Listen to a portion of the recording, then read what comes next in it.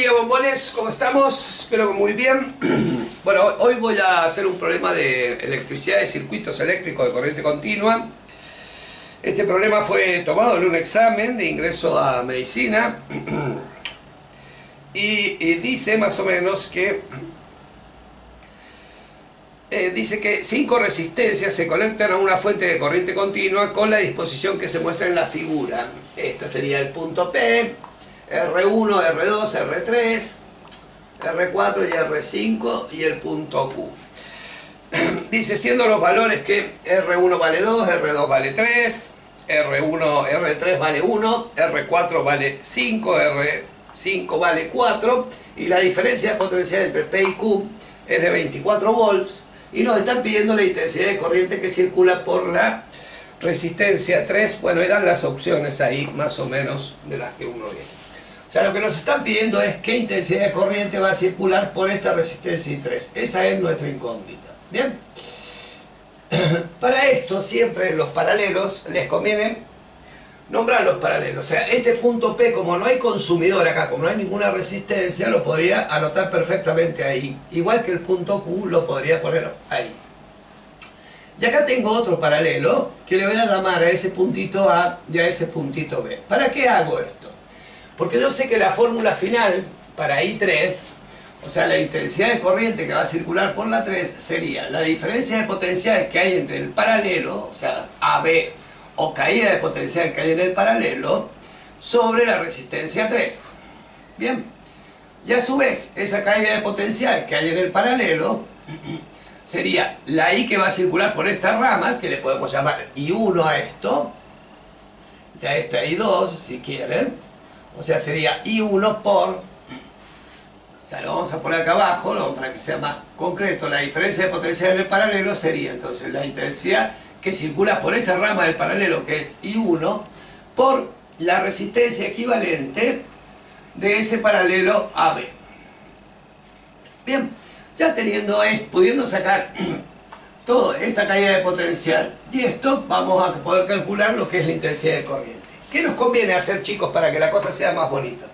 Primero vamos a dibujar este circuitito de otra forma, es decir, para que no quede muchas dudas. Lo primero que vamos a hacer es resolver ese paralelo. Recuerden que cuando dos resistencias están en paralelo, su resistencia equivalente en paralelo en este caso sería 1 sobre la R2 más 1 sobre la R3 elevado a la menos 1. Es decir, que la resistencia equivalente de ese paralelo, sería en este caso 1 sobre lo que vale R2, que es 3, más 1 sobre lo que vale R3, que es 1, que me quedaría 1, esto elevado a la menos 1, 1 tercio más 1 son 4 tercios, es decir que esa resistencia equivalente, como dije, me quedaría 4 tercios elevado a la menos 1, me quedaría 3 cuartos, perdón, 3 por 1, 3, sería 4 dado vuelta, sería 3 cuartos de ohm, o lo que es lo mismo, 0,75 ohm.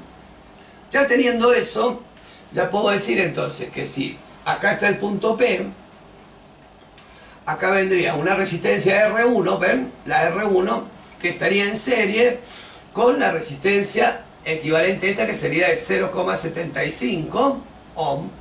Ahí terminaría con el punto B, acá seguiría el punto Q, y por la otra rama tendría lo que es R5 más la R4. Bien, entonces, como esto continúa, chicos, estos estarían en serie.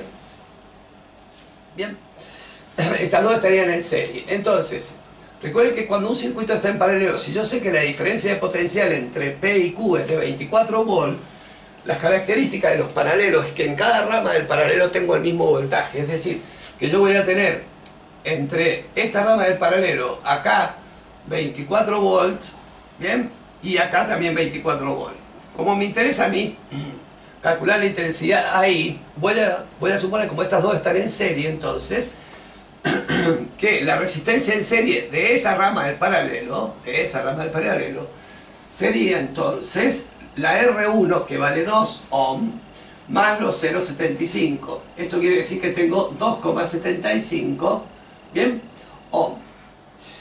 Por lo tanto, entonces, la intensidad 1, que es la que viene por acá, la intensidad 1, que es la que viene por ahí, que la necesito para poder calcular aquello, sería el voltaje, que son el PQ, que son 24 voltios, más 24 voltios dividido 2,75 ohms.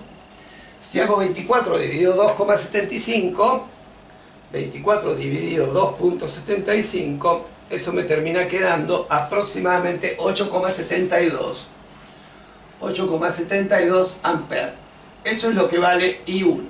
Ya sabiendo I1, voy a calcular la diferencia de potencial entre A y B, que habíamos dicho que es I1, por la resistencia equivalente, que es 0,75. O sea que hago 8,72 amperes por 0,75 ohm, perdón. Entonces, si a eso lo multiplico por 0,75, me termina quedando que tengo 6,54. Es decir, que en ese paralelo, o sea, en este paralelo hay una caída de potencial de 6,54 voltios.